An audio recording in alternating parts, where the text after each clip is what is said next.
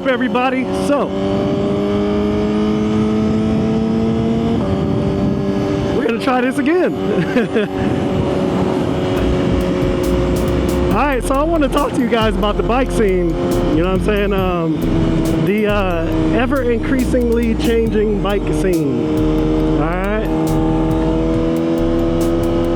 The bike scene is changing, man. The bike scene is changing. I shouldn't say the scene. What I should say is that bikes are changing again. They're evolving again. They're going through another, I would like to call it a hard reset. I'd like to see what you guys think about it, but I kind of feel like the motorcycle industry is going through a hard reset period right now.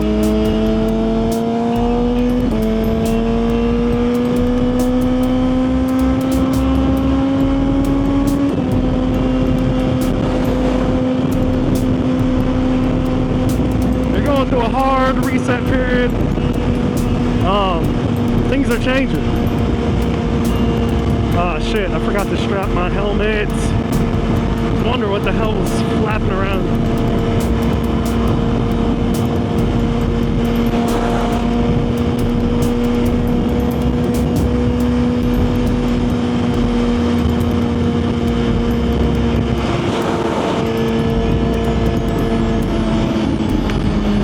Yeah, so it's going through another change again. We're starting to see, I won't say that we're gonna lose leader bikes, but what I will say is that I think leader bikes are going to find a new place in, they're gonna find a new place in the lineups here. And the reason why I say that is because I don't think any of the manufacturers are gonna truly get away from building inline 4 leader bikes. I think they're going to remain in production. I think they might take a little break if manufacturers can't figure out the emissions portion of it, as far as being compliant with Euro 5 and all that good stuff. Or you're going to see leader bikes go the way of like Yamaha and Suzuki, not yet, but I think they're next.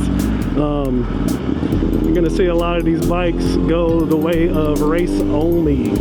And because race only, you don't have to worry about emissions. So I think a lot of bikes are going that way, man. I think the leader bikes are going to be the top echelon like they've always been, but I think they're just going to cost even more money because they're going to be in lower production, which means they're going to charge more for them. So I think that's what's going to happen. I don't know why the fuck everybody's going so goddamn slow right here.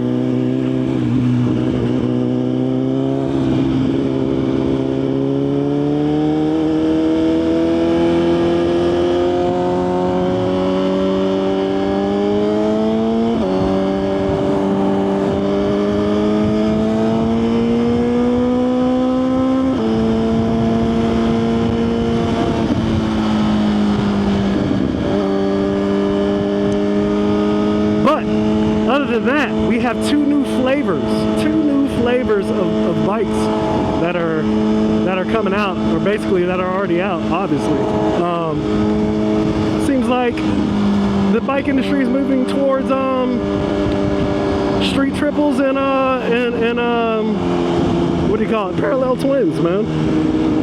We got a lot of bikes that have made a debut. The R7, mainly the CF Moto brand coming out with the 500 Zoom, the 675 SR-R or the 675 SRR. Those bikes are more geared towards like the Daytona 660 in that area, which is cool, but it also shows a little promise of what they're going to be doing here in the future with, you know, higher horsepower bikes. So we got the R9 coming out, but it just seems like a lot of the industry is going more towards the neutered bikes, man, triples and parallel twins.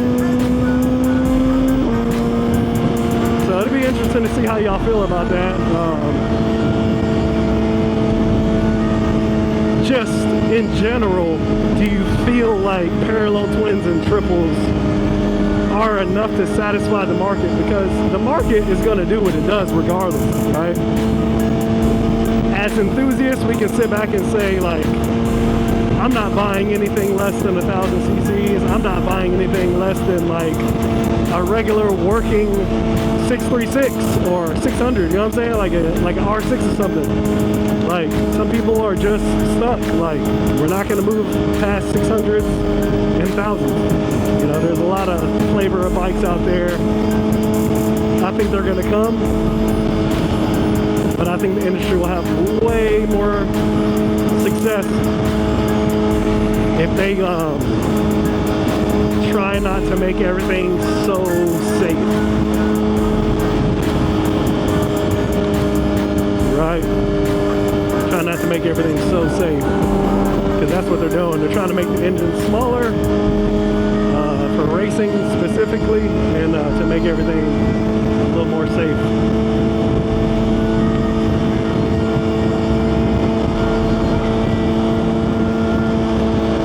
Yeah, it's nice out today, man. Look at this.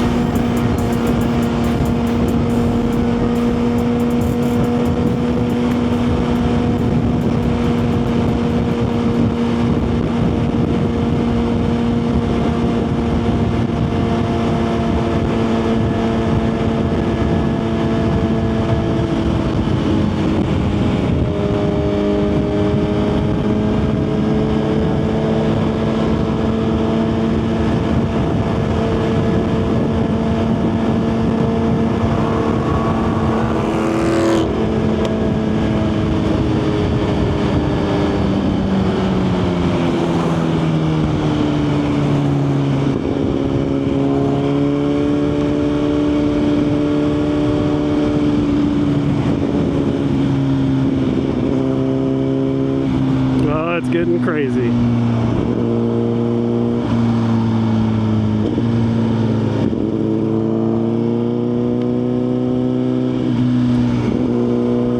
It's getting wild. I'm trying to decide if I want to go all the way down, because I already know what it's going to look like. So I probably shouldn't.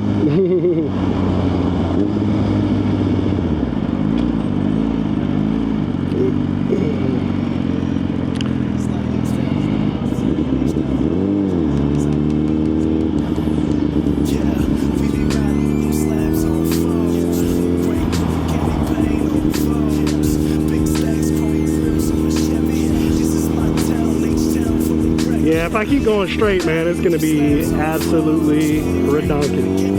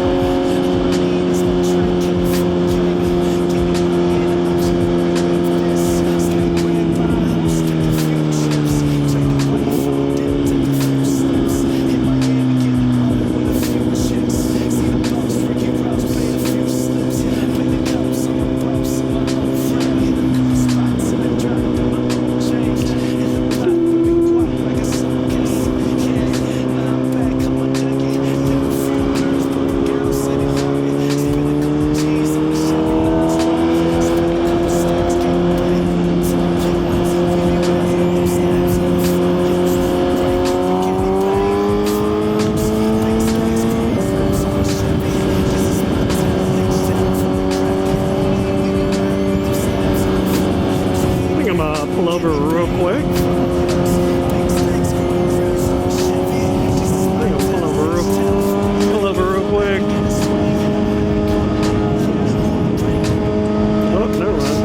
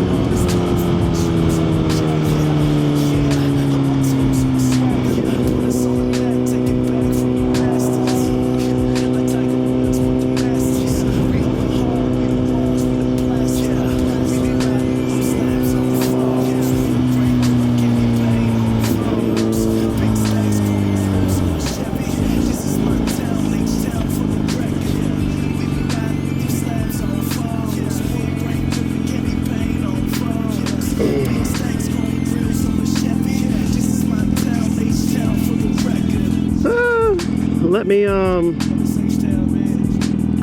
fix my helmet real quick. There we go.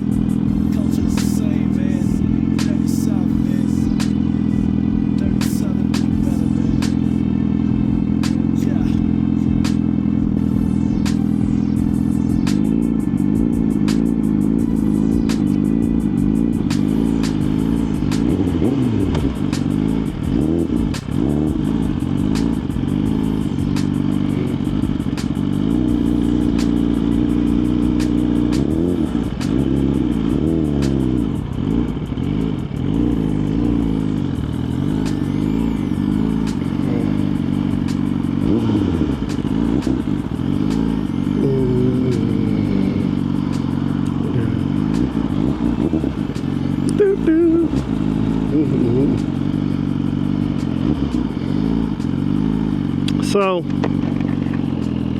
it's telling me I need to turn left at this light. I don't know if I'm going to turn left at this light, to tell you the truth.